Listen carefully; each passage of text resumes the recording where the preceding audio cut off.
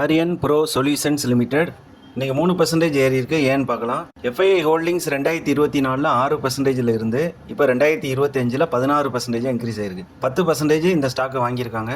இந்த Aurionpro artificial intelligence, அதாவது AI பண்ணுறாங்க. Transaction banking, lending, fintech, capital markets, data centre, hybrid cloud, interactive, smart governance, transit and smart mobility.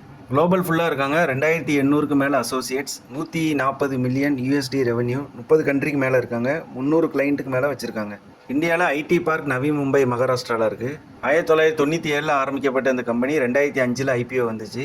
இது ஒரு கூடுதலான விஷயம். இந்த கம்பெனி கடனே இல்லாத கம்பெனி. மார்க்கெட் கேபிட்டலைசேஷன் 6261 கோடி, ROCE 18, ROE 16, book value 291. 52 week high 1924, அதுலேருந்து லோ வந்து 1006.